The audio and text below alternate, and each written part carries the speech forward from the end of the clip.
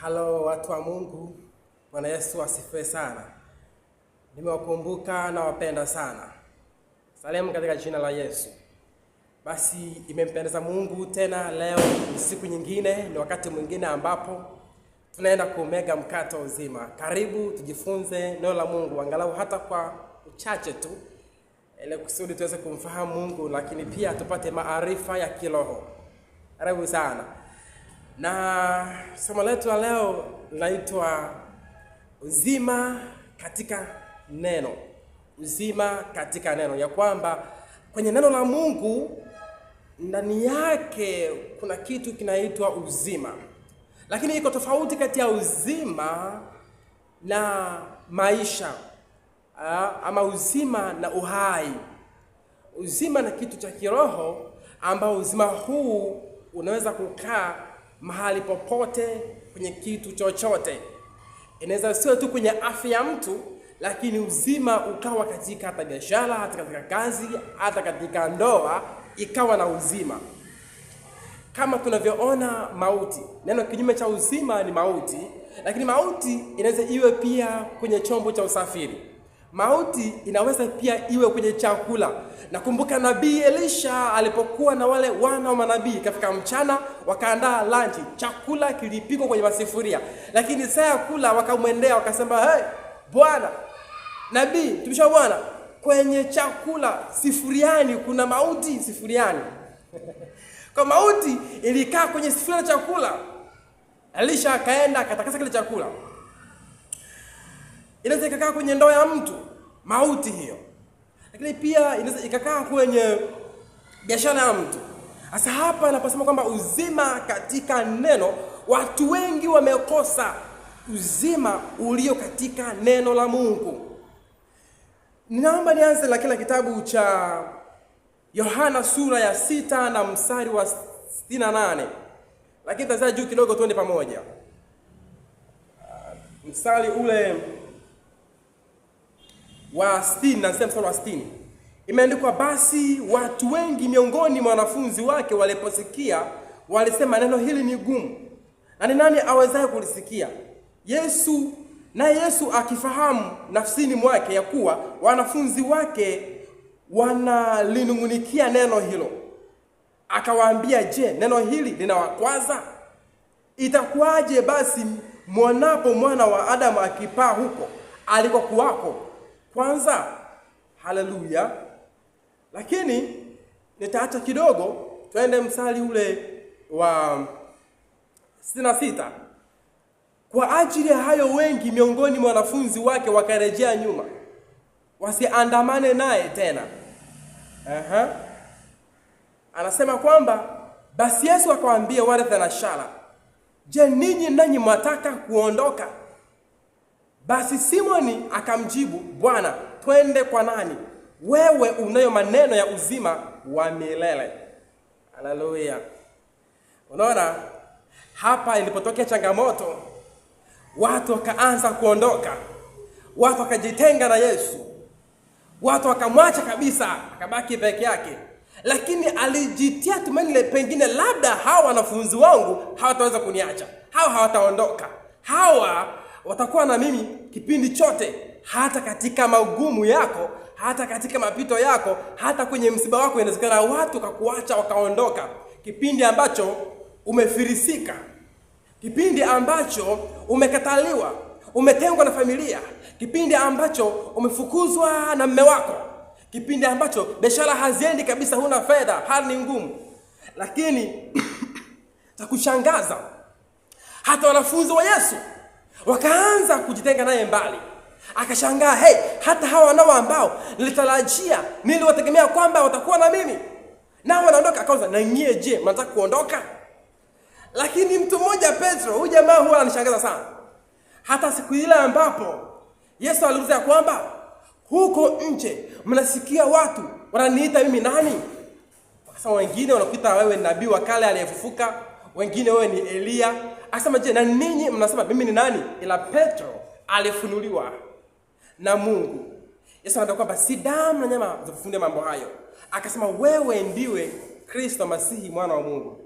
Hapa pia Petro anajibu, anasema, Bwana, tukuache wewe, twende kwa nani mwingine? Wakati kwako kuna maneno ya uzima. Nikuambie kitu,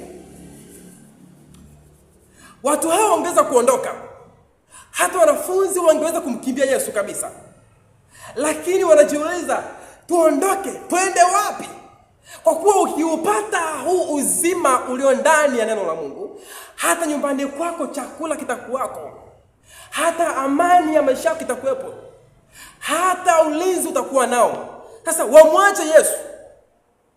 Wakimwacha Yesu, wataenda kwa nani mwingine ambaye atawalinda, ambaye atawaponya, ambaye atawapa amani, ambaye atawahuisha maisha yao?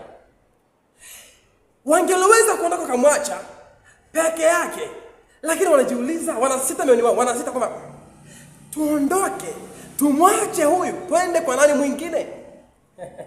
Haleluya. Twende kwa nani mwingine? Wakati kwa Yesu ndio kuna maneno ya uzima. Kwa ukiondoka ukamwacha Yesu, ujue kwamba unayemwendea basi labda ni kama ni zaidi ya Yesu. Kwa sababu ukimwacha Yesu mwenye maneno ya uzima, ni nani mwingine ambaye atakusaidia kwenye maisha yako? Wanafunzi hawakuondoka, wakabaki naye. Ukiangalia sasa kwenye kitabu kile cha Kumbukumbu la Torati sura ya 30, taenda haraka hapa kidogo.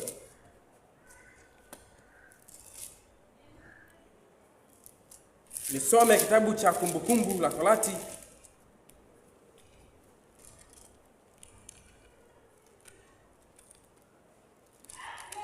na ule sura ya 30, unaweza kufungua na mimi hapa. Na kisha mstari wa 19 ndasoma. Imeandikwa, nazishuhudia mbingu na nchi juu yenu hivyo leo, kuwa nimekuwekea mbele yako uzima na mauti, baraka na laana. Basi chagua uzima ili uwe hai, wewe na uzao wako. Haleluya. Yesu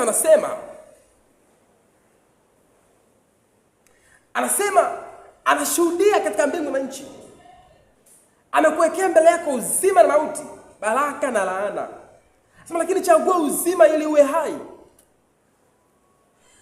Katika maneno hapa ndipo ilipo pointi yangu napenda kukusaidia siku ya leo. Tuna hivi vinywa ambavyo tunavitumia kuzungumza na vinatoa maneno. Na umesikia kila mara watu kuzungumza kwamba unajua vinywa vinaumba. Mtu anapotamkia jambo la kutokea na kupata. Ni kweli kwamba tangia mwanzo, midomo hivi vinywa havikuwa njia ya mawasiliano. Was not a way of communication, but it was a machinery of creation. Mungu alitumia kinywa chake kuumba. Alipokuwa anaziumba mbingu na nchi, kwa kinywa cha Mungu alikuwa akiumba. Kwa hiyo midomo yetu inapotoa maneno ni mitambo ya kuumba vitu. Sasa neno ambalo linatoka katika kinywa cha mtu si bure tu. Na ndio maana nikwambie, kwenye ulimwengu wa roho maneno huwa yanashikika. Maneno yanaweza yakahamishika, yakapelekwa mahali na yakatengeneza kitu na kikatokea kweli kweli. Sikiliza, angalia, anasema kwenye kinywa cha mtu, kwenye ulimi wa mtu, huo mdomo, mauti iko pale, uzima uko pale, laana iko hapo na baraka iko hapo. Kwa maana Yesu anasema kwamba mimi sikuwaita ninyi kulaani bali kubariki. Sababu pia unaweza kumlaani mtu na ikampata ikatokea ikawa kweli. Lakini tumeitwa katika kubariki, si kama wachawi na waganga wanaolaani watu kila siku. Sasa anasema chagua uzima ili uweze kuwa hai. Ukirudi katika ile Yohana 6:63, sema hivi, roho ndiyo iteo mwili uzima, wala mwili haufai kitu. Maneno haya niwaambiayo ni roho, tena ni uzima. Haleluya. Anasema lile neno limebeba roho ndani yake. Alafu ile roho ni roho ya uzima.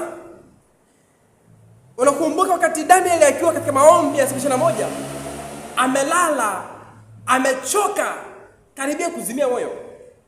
Malaika Gabrieli anakwenda kumgusa, kumwamsha. Danieli ashuhudia kwamba aliposema na mimi, aliposema tu akazungumza, ile roho ikaingia ndani yake. Anasema ikanitia nguvu, nami nikainuka, nikamsikia yeye aliyesema na mimi. Amen.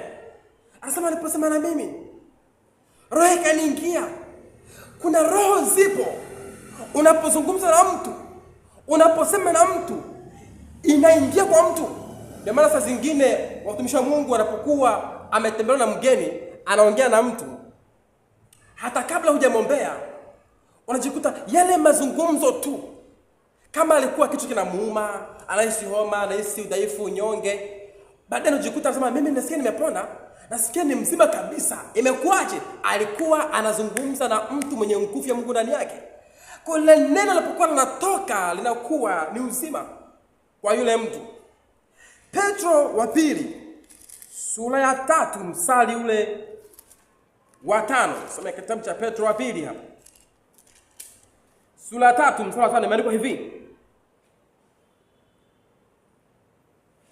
Sura ya 3 mstari wa 5 imeandikwa, maana hufua macho yao wasio neno hili ya kuwa zilikuwako mbingu tangu zamani, na nchi pia imefanyizwa kutoka katika maji na ndani ya maji kwa neno la Mungu.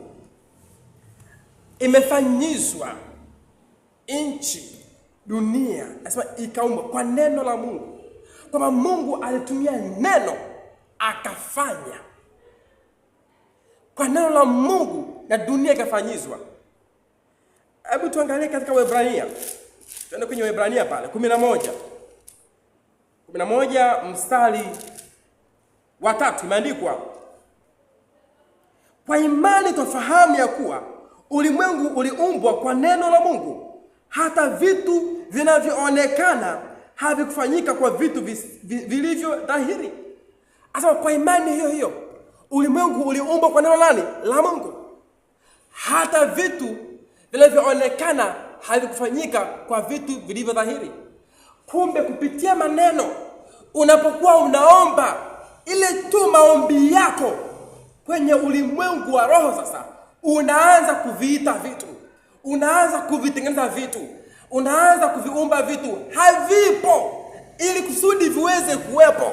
Hiyo pesa haipo ili kuweze kupatikana, huo mtaji haupo ili uweze kuupata, ile nyumba haipo, lakini kwenye maombi, wakati unaomba ndipo inatengama, ndipo unaitengeneza, ndipo unaiumba, ndipo inakuja.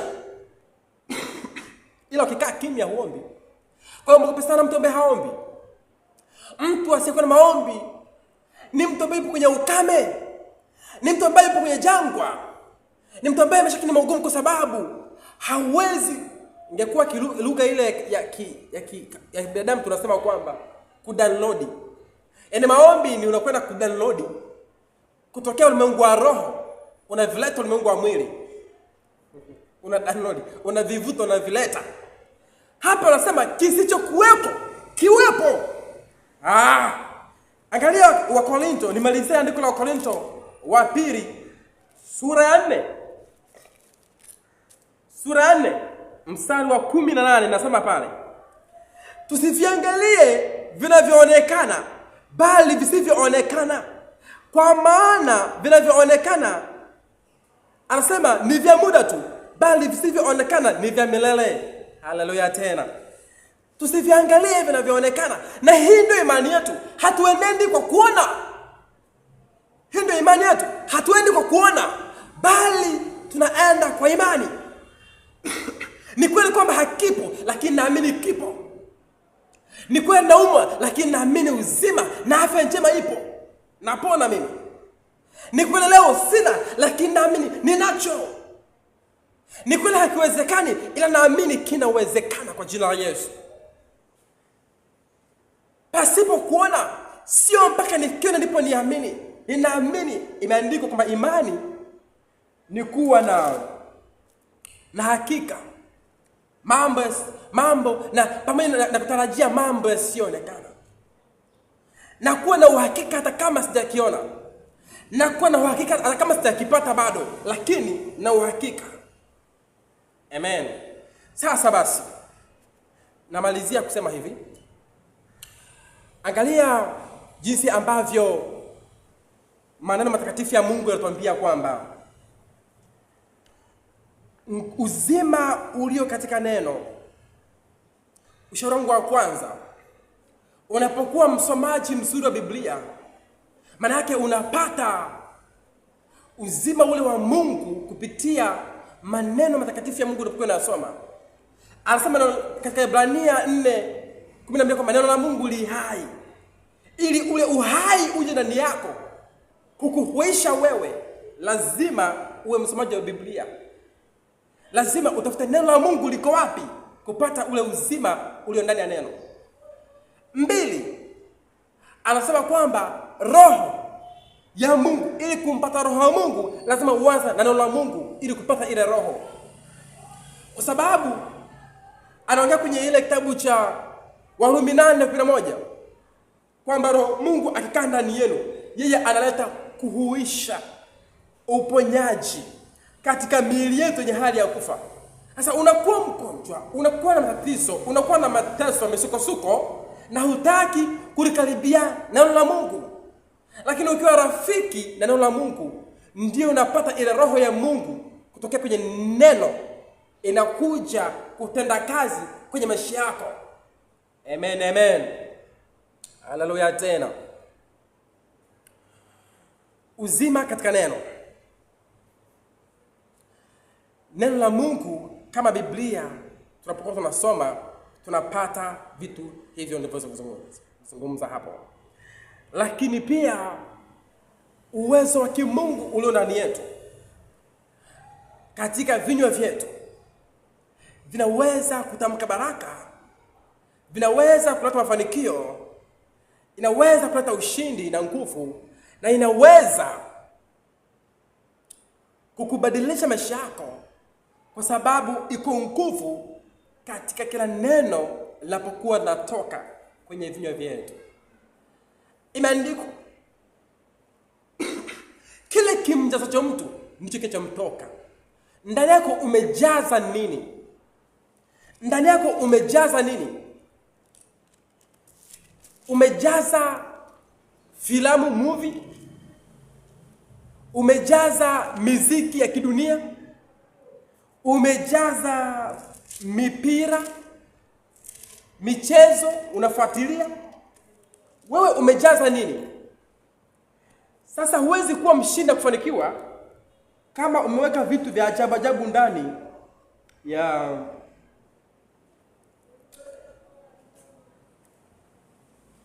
moyo wako. Angalia Yoshua 1:8. Kitabu hiki cha Torati kisiondoke kinywani mwako, bali yatafakari maneno yake mchana na usiku, upate kuangalia kutenda sawa sawa na maneno yote yaliyoandikwa humo, maana ndipo utakapoifanikisha njia yako, na kisha ndipo utakapostawi sana. Nimemaliza. Kuifanikisha njia yako na kustawi sana na kufanikiwa kwako, kitabu hiki kisiondoke kinywani mwako. Utafakari usiku na mchana maneno yake, unafanya meditation. Lakini unapokuwa adui wa neno la Mungu, basi umeangamia. Anasema kwamba watu wangu wanaangamia kwa kukosa maarifa. Anaandikia walokole, anaandikia watumishi wa Mungu, anaandikia wa Kristo, ninyi ambao kila siku mnasali na kuomba, kwamba unaangamia kukosa maarifa. Ni kweli una Yesu ndani yako, lakini unaangamia. Sasa maarifa ni yapi? Katika Warumi ile 10:18 kwamba kumcha Mungu ni chanzo cha maarifa. Unamcha vipi Mungu? Huwezi kumcha Mungu huna neno lake. Lazima mtafute. Amen, amen. Bwana Yesu, nakushukuru kwa ajili ya mtazamaji wangu. popote pale alipo, akiwa yuko katika nchi ya Tanzania ama nje ya nchi hii, katika mikoa ya Arusha, Dar es Salaam, Kigoma, Morogoro, Lindi, Mtwara, Ruvuma, Singida, Tabora, Msoma, Mwanza, Manyara, Rukwa, Dodoma, popote pale alipo, Bwana naachilia neema ya Mungu mbele yake. Juu ya maisha yake naachilia kibali chako Bwana, na uzima huu upate kuwa ndani yake. Maisha yake Mungu hatakuwa hasara wala hatakuwa bure, kwa sababu amekutumaini. Imeandikwa, litieni jina la Bwana nanyi mtaokolewa. Siku ya leo Mungu, jina lako litukuzwe katika maisha ya mtu huyu, na ukamwokoe maisha yake na ndoa yake, ukamwokoe na kazi yake, ukamwokoe na hali anayopitia. Wengine katika magonjwa, Bwana ukamwokoe. Wengine katika dhiki, Bwana ukampiganie. Amekuja kwako kama ulivyosema kwamba waje kwako wenye kusumbuka na kulemewa na mizigo, na Mungu utawapumzisha. Leo ni siku ya pumziko lake.